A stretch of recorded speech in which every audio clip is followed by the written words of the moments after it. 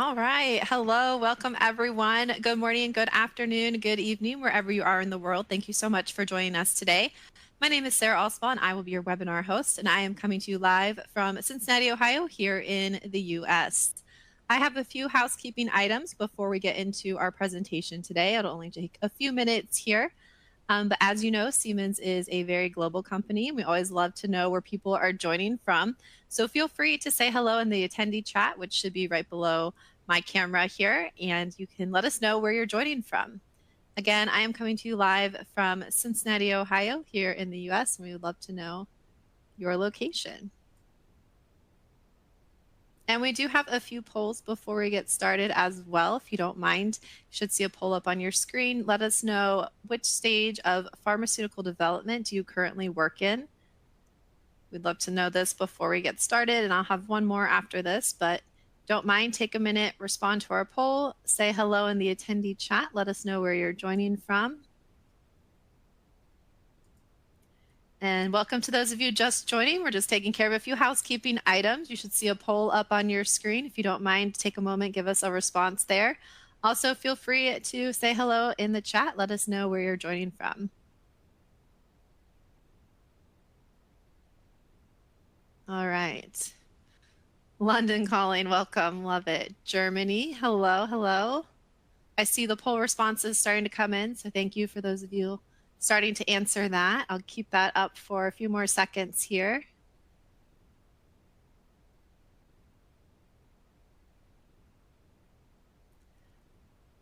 California.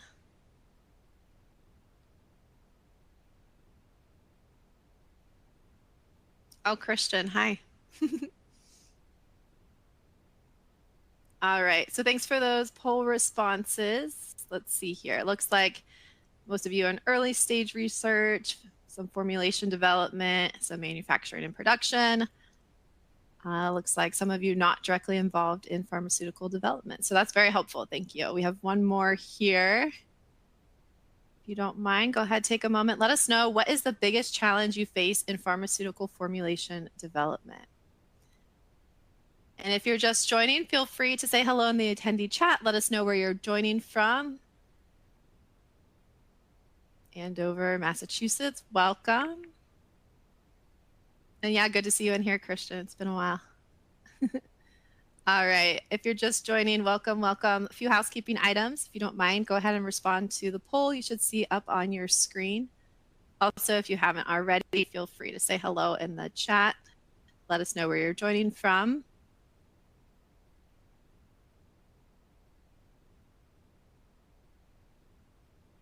And I see those responses coming in, so thank you for that. Leave it up for a few more seconds here.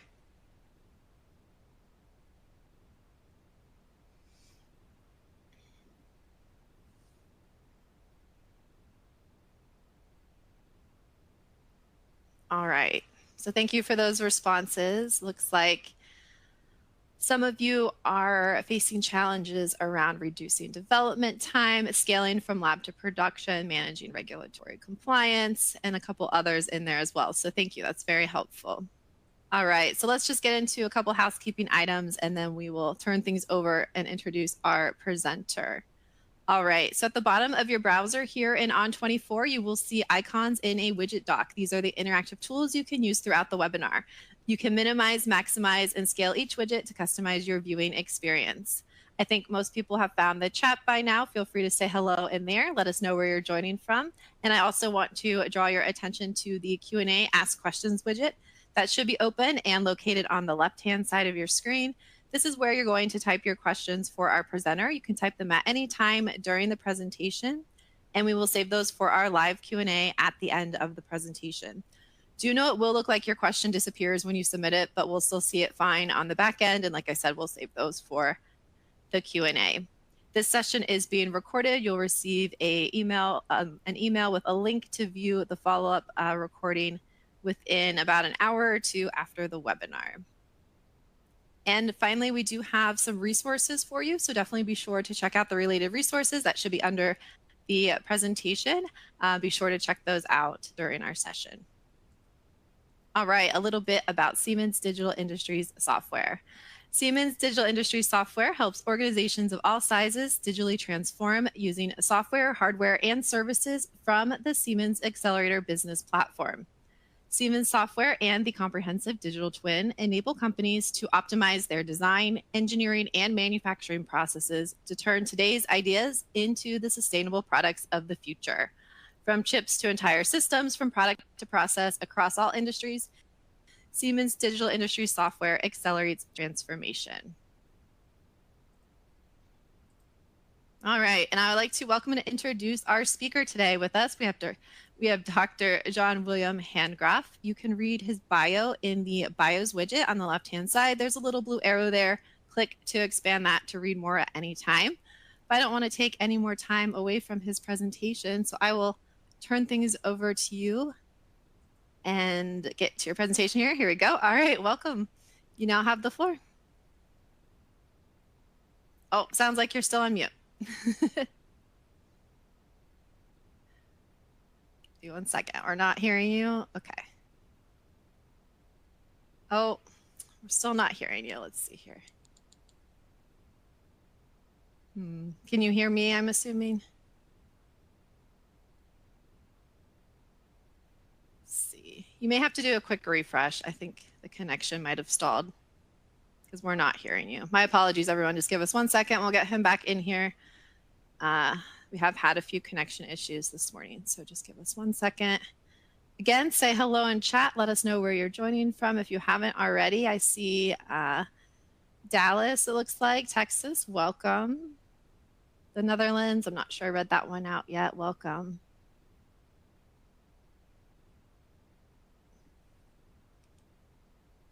All right, let's see here. I'm still not hearing you.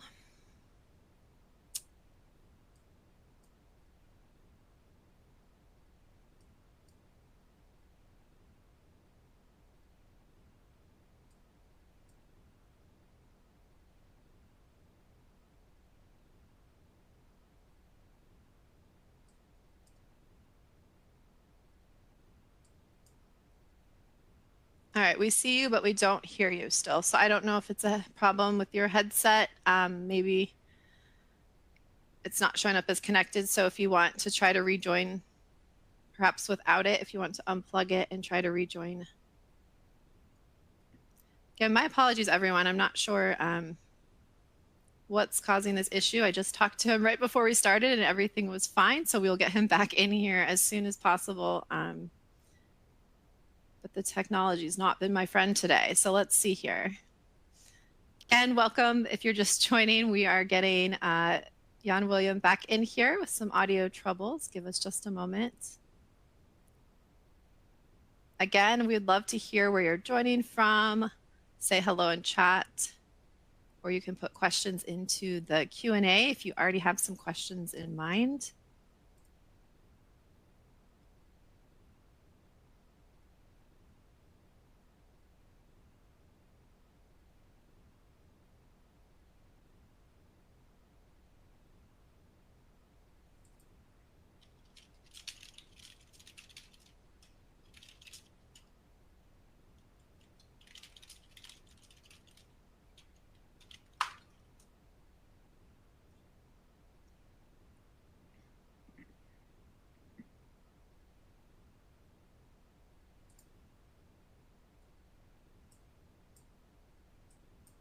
And William, we do not see you or hear you in here.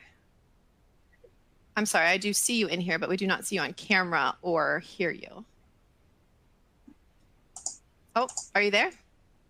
I can hear you now. Sarah? I hear clicking. Ah, we hear you now. Okay. I don't know. We tested this thoroughly, but for some reason my headset decided not to cooperate. That's right. I'm we can go without it. Microphone. Yeah. So I guess it's fine now. I guess. Okay. Apologies for that. Let me get started. Okay. Well, welcome everybody to this webinar about Siemens Simcenter Culgi. And primarily, I will talk today about formulation, development, optimization with the Siemens Simcenter Culgi solution for the pharmaceutical industry. Quick agenda. I will give a short introduction of Simcenter Culgi and what you can do with it and how it fits in the larger Siemens portfolio. Then I will go into some case studies, talking to the pharmaceutical industry. Somebody can still not hear me. I hope others can hear me. Okay, I can hear you okay. If anyone is still having trouble hearing him, hello? please also refresh your browser on Chrome. I can hear you. We can hear you. Can somebody confirm that they can hear me or not? Yes, we can hear you. Oh, sorry. Yeah, I saw a message from somebody that is still mute. Okay. No, and we can hear you. Attendees, if you cannot hear him and you can hear me, please refresh your browser. All right, thank you. All right, thanks, Sarah. And then I will end with some key benefits and Q&A session. Okay, so I guess this is an important slide to start off with. On the one hand, you're primarily developing your new chemistry in your labs at the R&D stage. And at some point, you need to bring that to the processing stage and then further on to the plant scale. And what we see when we look at software solutions that are out there in the market, both commercial and open source, there are quite a lot of tools to actually connect the processing to the engineering scale and the plant scale. So think about tools like you have with computational fluid dynamics or discrete element particles. That's all available, but much less so if you want to connect the chemistry to the processing stage. And with the Simcenter Culgi, we try to address some of those challenges. And so yeah, you see this big valley, and we try to cross that big valley using using our solutions. So if you then place that into a more let's say model-based approach, you see on the left you see the very small scales. So that's typically where you have some sort of quantum chemistry package. There are plenty out there that you can use. And then you slowly go into the molecular scale models where you have atoms interacting via simplified potentials. And then at some point you hit the coarse-grained models. Again, this is another scale-up where you basically take a certain number of atoms and put them together in larger particles. And then at some stage, you actually end up even with larger scale models where you don't necessarily have particles anymore, but maybe interacting fields. And then, of course, the idea is now that we want to connect it to the processing scale. And that, of course, is quite challenging because we need to connect those different scales. So both from the length perspective, but also from the time perspective. And what we envision is that with our Simcenter Culgi solution, we can try to tackle these aspects. Another way of looking at it is, well, you might ask yourself why you need computational chemistry in the first place. Well, traditionally, of course, when you go and set about trying to come up with a new product or to improve a product, you have some sort of experimental setup, some design space that you're interested in. You do your testing of your formulation, you analyze the results, and then you hopefully come up with a more optimized formulation for your actual application. However, what we try to do with our tools is to actually start off first doing design phase, where you can have a quite large data set of formulations that contain then all these different molecular species that are relevant for your application. You do some validation study using computational chemistry, and then you select your formulation and calculate certain properties, and thereby come up with an optimized formulation. Important, of course, is that during that, let's say, enriched digital experience, validation is, of course, very important. I will definitely address that as well. And validation typically means either some additional simulations that you need to do or experimental data that you have available. The one slide, well, actually two slides about the Simcenter Culgi solution. So it's actually a computational chemistry package. So it's not only targeted to the pharmaceutical industry, but it can help many different industries. We also have created different ways of working with the software. On the one hand, we have so-called non-expert user interface, which is fully graphical, allowing you to drag and draw molecules, construct molecules on screen, build your simulation boxes, attach calculators and analyzers. So it's very much, let's say, anybody with a high school degree who has some experience with chemistry should be able to actually use that tool. Then we have a more advanced tool targeted to, let's say, a computational chemistry expert, which is a so-called scripting environment, which is still fully graphical, but allows to write very complex scripts. And the reason that we have that is because we see that many of the applications that our customers are interested in are, in the end, very complex in terms of the chemistry that goes into that.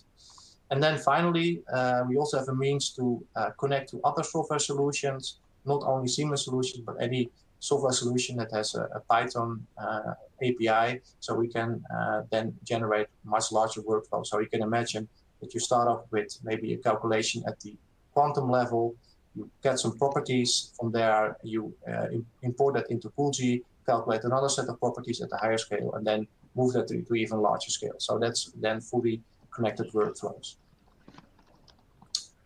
And then at the list of properties, it's actually quite, I would say, vast. So you see here some properties that you can calculate with Simcenter Culgi. So it goes really all the way from solubility, miscibility aggregation, interfacial properties, rheological properties, phase transitions. I will say a little bit about that as well, but also more quantum mechanical based properties. So it's all available in the solution. And you also see here on the right some examples of the potential accuracy you can get with these models. So you see here, for example, melting boiling points of alkanes, very good agreement with that, or diffusion coefficients of small gas molecules going through a matrix. But we also have tools, for example, to calculate kinetic parameters of certain reactions that might occur in your systems. So in essence, a quite generic tool for computational chemistry. And the crux is really, I would say, in this slide. Of course, it's all very nice that you can run these so-called coarse-grained models, where you lump atoms together in larger particles, and thereby you can go to a larger length and time scales. But in the end, how accurate is that, and how useful is it for your application? So that's, I think, what it is all about. So what happened is that in the 90s of last century, Shell, actually the people, they were based in a Shell lab in Amsterdam, they developed the so-called dissipated particle dynamics method, which is a coarse-grained method to allow you to simulate liquids in, let's say, in confined areas. And that was picked up actually by Unilever in the UK, and they developed a chemical awareness for that model. And that has from there taken off and has shown to be a quite important tool or tool set to actually allow you to go to these larger length and time scales that are typically relevant for many of these formulation problems. Important aspect, of course, is parameterization. So within the Simcenter Culgi solution, we have developed quite a lot of time and effort to actually come up with a means to calculate interaction parameters in a rigorous automated way. So within our protocol, within the software, we have tools to allow you to actually calculate those parameters on the fly based on certain theories. There is actually quite a lot of literature data available that you can go to. It's quite extensive, but in this webinar, I will only show the basic principles and not go into the details. The idea is that you start off with a fully atomistic model that's either available in your database or in our database. And we can also construct, of course, these models or import them from other software solutions. And from there, we do an automated fragmentation using Monte Carlo algorithms to actually cut up the molecule in these coarse-grained particles. Those coarse-grained particles also have associated with them a Cosmos service, which kind of tells you how good or how bad certain fragments will mix with each other. So it basically is a negative of the environment that is seen once you place those fragments in a conductive environment. So that means that if you, for example, have hydrophobic patches on your molecular surface, so you see, for example, in this triglycerides, you of course have these three aliphatic tails. Those, of course, will be hydrophobic and will be, let's say, repellent for example, for water particles. But of course, the head bead, so that's the glycerol part, has oxygen in its structure. So that means that it's slightly, let's say, hydrophilic in nature. So we try to capture that in our model, really from the quantum chemistry level upwards. And then you end up with your coarse-grained model. A bit of background information of the type of potentials we're using in these type of modeling approaches. So on the one hand, of course, you can select a Lennard-Jones potential, which is quite standard for many classical force field-based simulations. So it has, of course, a very repulsive term, and it has, let's say, a well that basically tells you that at some point these particles will attract each other. But if they come too close together, there's a huge penalty. This works great, and it can be very, very insightful and very, very useful technology.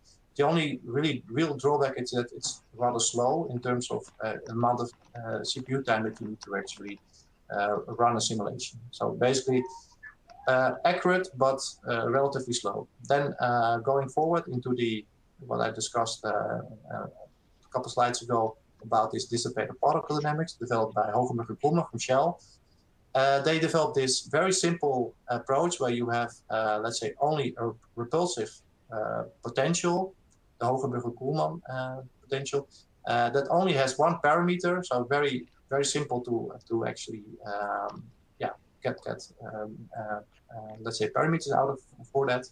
The only real drawback is that you can only simulate, let's say, liquids, because it's only repulsive in nature, so you cannot really simulate, let's say, phase transitions or multiple phases in one simulation. But there's the big advantage that it's extremely fast, so roughly 3 orders of magnitude faster than traditional, using the traditional Lennard-Jones potential. We have combined, let's say, information from both worlds. So we have our own Simcenter Culgi approach, which we call the cubic approach. It's slightly more, let's say, involved in terms of, let's say, the equations that go into it. So it requires a little bit of additional parameterization, but that has been fully, let's say, incorporated and optimized in the software. So that potential will allow you to simulate phase transitions if that's important for your application. And thereby, you still have, of course, the huge benefit of doing this fast equilibration. Okay, so you see here some examples of that, how that works in practice. So this for simple paraffins. So you see pentadecane, which is at room temperature liquid. And you see also the longer one, the hydrocosane, which is actually will melt at 40.5 degrees Celsius, so slightly above room temperature. And you see when you start your simulation in, let's say, amorphous state, very quickly, this hydrocosane will actually start forming semi-crystalline domains appearing in the simulation. So that gives some confidence in the models. And you see here that we're applying this coarse-grained approach. So you see here on the top the actual all atom models, but then on top of that there is also the coarse-grained model that we use in our simulations. Another example, a little bit more advanced, is the solidification of oleogel formulations. So what we do here, we have sunflower oil, and we add glycerol monostearate to it. And then you see also that we can do, for example, a temperature gradient. So we start off at high temperature, and at some point we start the cooling process very quickly. And you see also the immersion of these crystalline domains appearing in the simulation. And from there, we can, for example, calculate DSC curves to understand better the different phases that occur in the system. And thereby, we can also, for example, optimize the point where you see this, where you see the crystallization happening. And in this way, we can really follow or optimize the formulation until it's the right properties of for a given application. Okay, then short poll for you. So if you can fill this in, that would be great. I will just wait, let's say 10 seconds or something like that.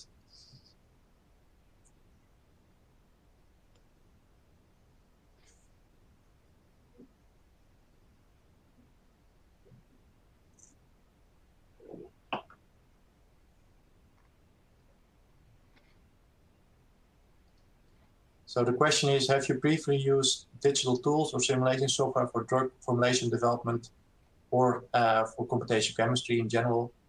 And if possible, could you name the tools that you're using?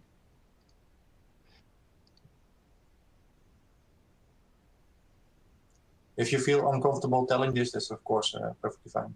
And you can just skip this.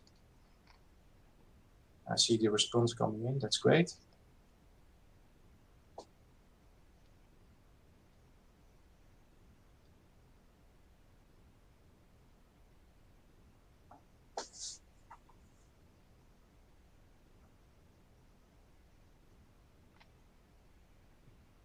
All right, I'll do a couple more seconds here.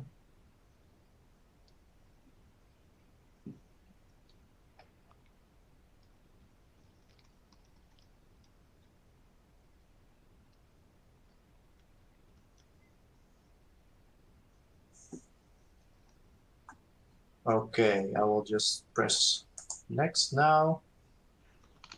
Okay, well, this may be this interesting, of course, information for Siemens, but maybe also for yourself. So I see about 25% using Schrödinger, 8% Material Studio, 8% OpenEye. Quite a lot of people are still using or are using open source tools. And also about half of you not using them at the moment. And also about 25% considering of using it. And if you then use these type of tools, do you use also some form of AI or machine learning at present in your research?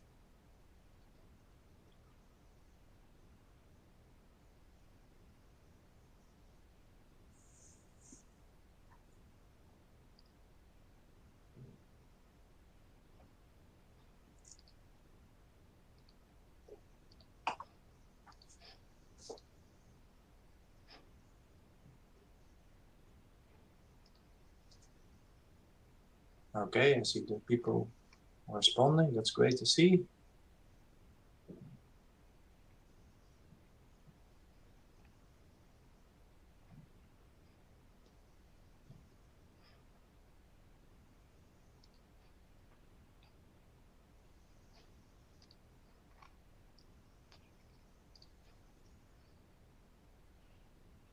Cleaning and housekeeping is one area that we struggle with. What can be more mundane than this task? But did you know that the Zen practice treats cleaning as a form of meditation? Monks clean their temple not just. Sneha, I hear you. Sorry. Okay, so yeah, quite a lot of you actually are like almost 75% are using AI or machine learning tools. Great to see. And the rest not. Okay. And maybe as a final question, I think, whether you see some relevance in these tools or just nice to have, or that you think, okay, this is really the future of materials modeling.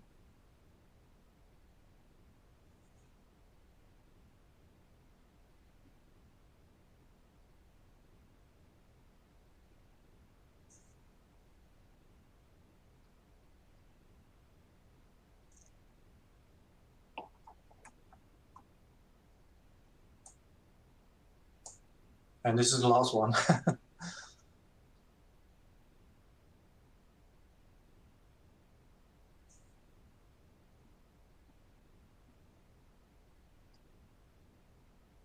All right.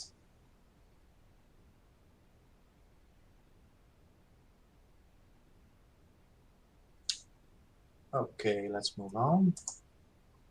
Okay, well, I think this is good to see, right? Nobody says it's not relevant, and then relevant is quite high, 6%. and good to have 40%. Okay, thanks for providing that input. I will now talk a little bit about the applications that we're working on. So let me just show the full screen. A little bit of background information, how we then apply this automated fragmentation and parameterization to biomolecules and proteins. Well, again, we started with the atomistic representation. We have, as I explained, in the software a means to use a fragmentation algorithm using and then once we have the coarse-grained representation, then we basically have two choices. So we can use our Cosmo RS approach, where you have your surface, your Cosmo surface associated with the protein. And we use both a term that has, let's say, a free energy component and a volume component. And from there, we can calculate the interaction parameters that we need in our coarse-grained models like DPD. So you see here a small movie of that in the bottom. That's one approach. So that is, let's say, fully optimized. The alternative is to have, let's say, a more traditional approach using medicinal chemistry, where we basically say, okay, we have let's say, per amino acid is one particle in our coarse-grained model, and then we assign a certain type to that.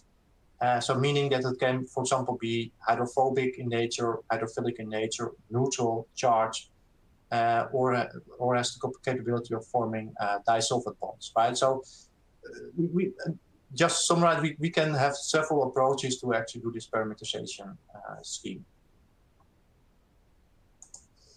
And then big challenge, I guess not only for us, but for any type of software that you might want to use in this field, is so-called denaturation effect. That can happen, right? So these protein structures, they might not be stable depending on the environment or the temperature that you apply. So what we have done, we have basically combined some tools that are out in the literature. So on the one hand, we use DeepMind to actually come up with the right protein structure, or have at least an educated guess of that protein structure. Then we again apply this parameterization scheme where we fragment it.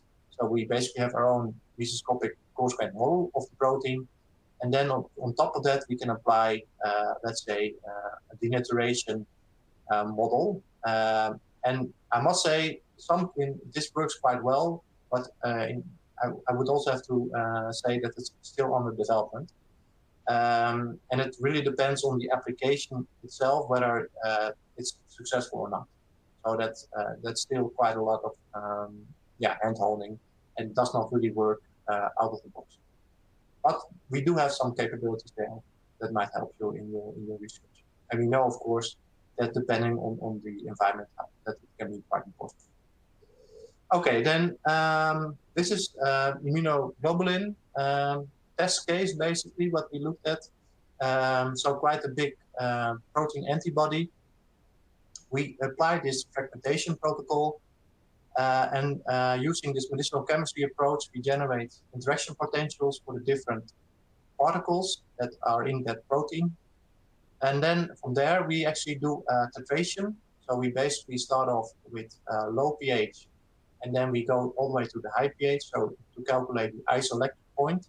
And that's a great measure to see whether, depending on the, let's say, the environment, whether we actually have a match with experimental data, because typically these isoelectric points are known experimentally. But that's a sort of a first validation step that we can do to qualify and assess the quality of our coarse-grained models. Once we have that, we can, of course, do studies of, for example, aggregation. So here you see an aggregation of these proteins in a solution, in a buffered solution. And what we do is we basically put those proteins at a certain distance from each other that they don't interact. Then we run the simulation. So this is a three-dimensional simulation. And we look at what happens over time. So we basically have a time trajectory. And what you see, for example, here is that this protein has, for certain buffers, a tendency to actually aggregate. So that's what you expect to see here. So we start off at, let's say, A, where you don't have any interaction, proteins don't have interaction. Then we go to point B, where you see indeed that over time, and you see also time axis in microsecond, you see there's a big tendency for those proteins to aggregate depending on the type of buffer that is used.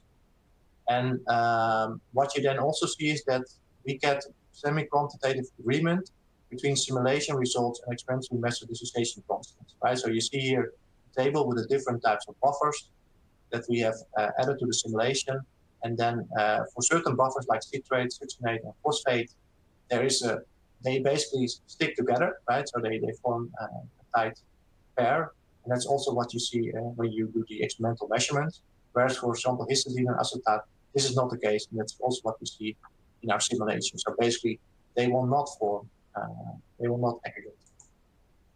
And what is also nice is because we have the underlying atomic structure, we can actually go back to that atomic structure and look at what points, what positions in the amino acid sequence they actually form this type, what are the amino acids that are responsible for that,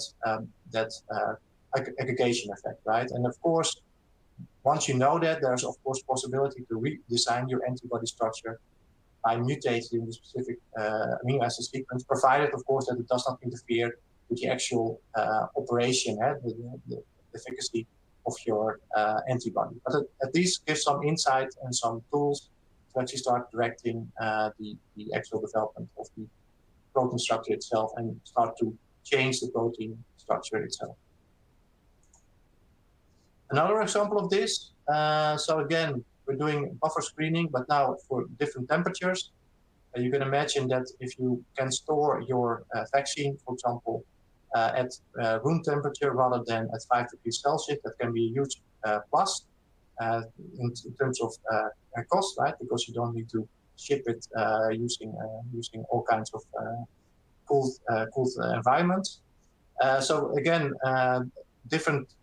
similar type of approach, right? You see here now not 2 but 3 proteins, and now you basically follow again over time what happens to those proteins when they are in a solution. And you see here different types of excipients and different temperatures for a given pH. So if I summarize that, it could look like this, right? So you have your design of experiment, you have a set of buffers that you want to test, you have a set of excipients you want to test, and you might want to change the salt concentration and the temperature. So with that, you might think, okay, this can be quite costly to carry out in terms of raw materials. Well, I don't think that was relevant for your case because it's in the poll. But also, of course, you need to carry out those experiments, and it needs to be reproducible. So what we try to offer with our solution is to have a more cost-effective way of doing this virtually. Typically, every point that you need to calculate in this table takes about 8 hours on 4 CPUs. 4 cores. So that's not a big thing, right? You don't need a huge supercomputer for that. It's easy to monitor, right? You can look at the job status, and it should shorten your time to develop vaccines. And also the big plus is that you have now the actual all atom models that either work or don't work, right? So you have real insight of how your formulation is behaving at the atomistic level. Another example is when we apply shear in our simulation. So you see here, for example, a very, let's say, high protein formulation. So it has 10 grams per 10 millimeter protein, so quite high concentrations. And what you see here is that apparently at 145 degrees Celsius, there is still not a lot of going on unless you go to too high concentrations. So in this case, 40.40 gram per 100 milliliter. But it gets even worse when you go slightly higher in temperature. So you go only 5 degrees higher, and then you see a huge, somewhat dramatic increase in the viscosity. And this is triggered by the denaturation process that occurs, that the protein actually starts to denaturate. And what is nice to see also when you drill down into that, into the model and look at for example, interaction energies between those proteins, you definitely also see that in the results, right? So you see here, typically not a lot of interaction at, let's say, low protein concentrations and below 145 degrees Celsius. But once you hit that denaturation temperature, it really jumps up, and that's exactly what we're also seeing from the viscosity results. So this is the same type of approach, but then we apply additional external force to actually calculate the viscosity response. And this is how it then looks in practice. So you can have multiple customizable applications. In the end, it's not really required that you are a computational chemistry expert, although it will help. But these applications are set up in such a way that you just need to load your protein models or your biomolecules, give the concentrations and the weight fractions, and then the simulation will run. And on top of that, once you have finished your, let's say, your primary simulation, there are, of course, many applications to actually do the analysis of that simulation. So in that sense, it's readily available for anybody that has some notion of chemistry. Okay, so I think to summarize, Simcenter Culgi can help you to fast formulation design, where you can screen the chemical space for high performance formulations, to actually also perform virtual stress tests to drastically reduce your material consumption, hopefully prevent critical mistakes by having a fully digital thread, and also accelerate upscaling by answering questions that you might not have thought about without the access to a digital molecular model. So in the end, we try to offer something that satisfies all these conditions that you're looking for. So, for example, avoid protein aggregation, as I have shown. So, summarizing in one slide, so the key benefits of the Simcenter Culgi solution: you have a fully automated and customizable parameterization scheme that work for real proteins and biomolecules. You can do virtual screening at the micron length scale. You also have the possibility to map and backmap to all atom models and vice versa. We have a very open data structure allowing you to import, export information and data and files from other software to actually generate a seamless workflow. And also we have the possibility to generate these simplified graphical user interfaces for non-technical users. And with this, I would like to thank you for your attention. And I think there's still time for questions. Yeah, thank you so much. We do have time to answer some questions here. So attendees, please type your questions into the Q&A Ask Questions widget. We did get a few here already. So I will start with those while we wait for some additional questions to come in. All right, let's see. So the first one that came in while you were presenting, it reads, what are Culgi's quantitative structure property relationship model development tools available? So what are the development tools that are available? Yeah. So, so I did not go into that, but we have our own chemical informatics calculator that allows you I believe, to calculate up to 400 different descriptors. And from there, you can use all kinds of regression analysis. Okay. So it's actually quite, I would say, there's quite a lot of things you can try out there. Okay, great. Thank you. Let's see. Can we simulate freezing and or drying? Example, sublimation processes, asking from a small lattice time scale perspective, and how long would it take for a given volume of simulation estimate? Yeah, that's a great question. So we're also developing models for freeze thawing, which I think might be relevant here, judging from your question. So it depends a little bit on how fast or how slow that process is. But in essence, we should be able to also simulate that quite well, because we can introduce these so-called models that allow you to have multiple phases in one simulation. Great, Thank you. All right, our next one. Can you offer some comparison to other competitive tools or highlight Colgi's potential advantages? Yes, that's from John, right? Yeah, so I Yes. tried to summarize that in one of the final slides. But I think what you can have with Simcenter Culgi is, like I explained, is an automated way to actually get the parameters that you need for your models. That's one part of it. And secondly, we also allow you to actually seamlessly go from one, let's say, one approach to the other approach. So if you, for example, start off with your fully atomistic model, that you can use your map to your coarse-grained model, do the equilibration there at the, let's say, the faster timescales, and then map it back again to the all ultimate models to do further property estimation, for example. I think we have there a quite unique solution. Great, thank you. All right, we have one more here. Again, attendees, you can keep those questions coming in through the Q&A Ask Questions window. We will get to as many of them as we can. If we don't get to your question, we can always follow up with you offline.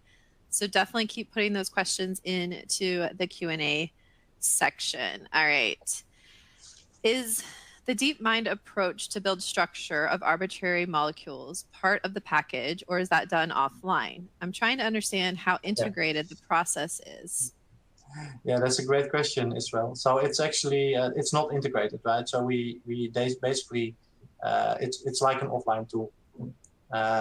So we use yeah. So it's not integrated, but it's not very difficult to do, right? So once you know how that tool works, it's relatively straightforward to actually come up with a structure and then load that into the Culgi software. Okay, but great. it's a great question. Yeah. All right. I'll give everyone another minute or so to get any more questions in that you might have. All right, we've got another one. Let's see here.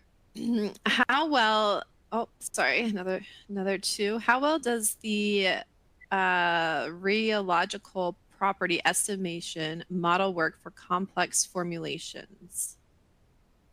From Leihing number 8 there. Yeah, it's oh yeah, that's from Lai, right? Yeah. Okay. Yeah. So how well does the rheological property estimation model work for complex form? Yeah, that's a difficult question to answer. It really depends on the property that that you're interested in, and on the amount of computational power that you have. So some properties are relatively let's say straightforward to calculate. Others are much harder to do.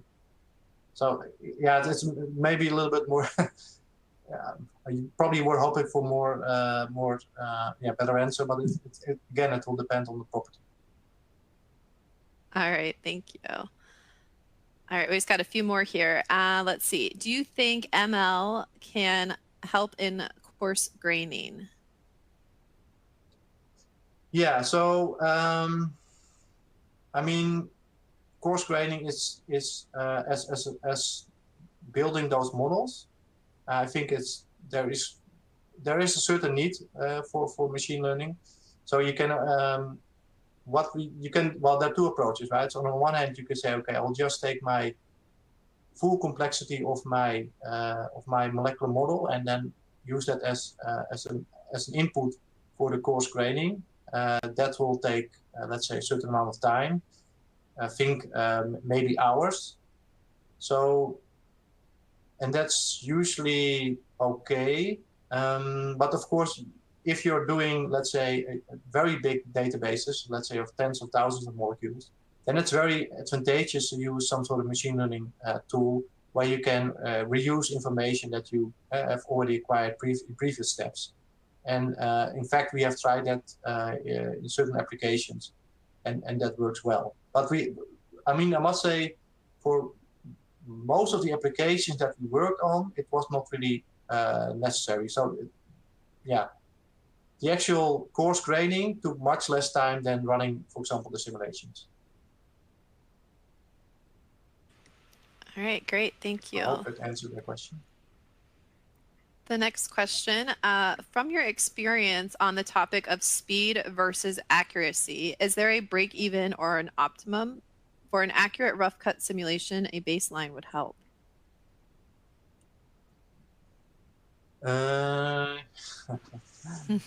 Question number 10. Again, a very difficult question. I mean, I don't know. It depends again in what industry you're in. So based on my experience, then usually accuracy is more important than running longer simulations. So typically, yeah, I would say that if you apply computational chemistry in your research and you want to make an impact, then getting accurate results is more important than running it very quickly. Although, of course, there is, of course, a trade-off, right? So you can imagine if you need to wait half a year for a result, that's not feasible, right?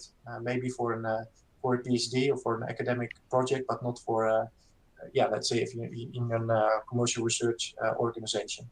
So we try to get results within days and at most within weeks, right? But yeah, you can imagine if you want to have a very accurate result and that might take 2 weeks of calculation time, it still might be useful to do that because of the accuracy then what you will end up with. But it's a great question. Okay, thank you. It is. And then the next one that came in, what are input parameters into the model? Do we need to know protein structure? Yeah.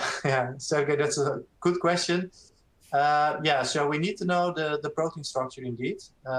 So we like I said, if it's not known from, let's say, from a protein database readily available, then we can apply DeepMind or Rosetta to actually come up with the protein structure. But yeah, in the end, it's a requirement, I would say, because we need to calculate the charge, the charge density. So yeah, it's definitely a requirement. Okay, great. Well, thank you.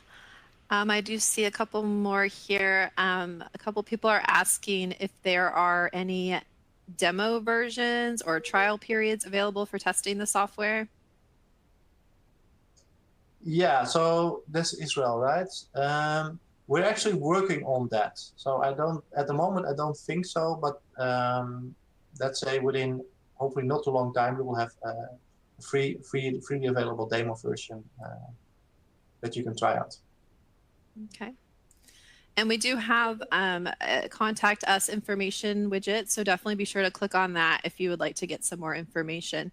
But I don't see any more questions here at the moment. I do see a few thank yous coming through, so I'll pass those on behalf of our attendees. So thank you, Jean-William, for presenting and for answering all of these questions today. Thank you very much. Thank you, Sarah. And it looks like our questions queue is still clear, so I think we can go ahead and wrap up our Q&A. I would like to let you know if you think of any other questions once we close, you can email me directly at sarah.alspot@siemens.com and I can forward you or point you in the right direction. Just a reminder, this session is being recorded. You will receive an email with a link to view the follow-up within a couple of hours. So keep an eye out for that so you can, of course, watch that again and share that with your colleagues as you see fit. If you have a project immediately in mind, this is a phone number that will take you to a list of, I'm sorry, this is a QR code rather, that will take you to a list of phone numbers. So you can find the appropriate phone number for your location and call in and get connected. And again, you should also see the contact us widget, I believe, I'm not sure which way to my left, but you can click on that and that will take you to a website where you can contact us as well. All right, well, this concludes our webinar. Thank you so much for being here, everyone. We hope you have a great rest of your day, and we'll see you soon. Bye.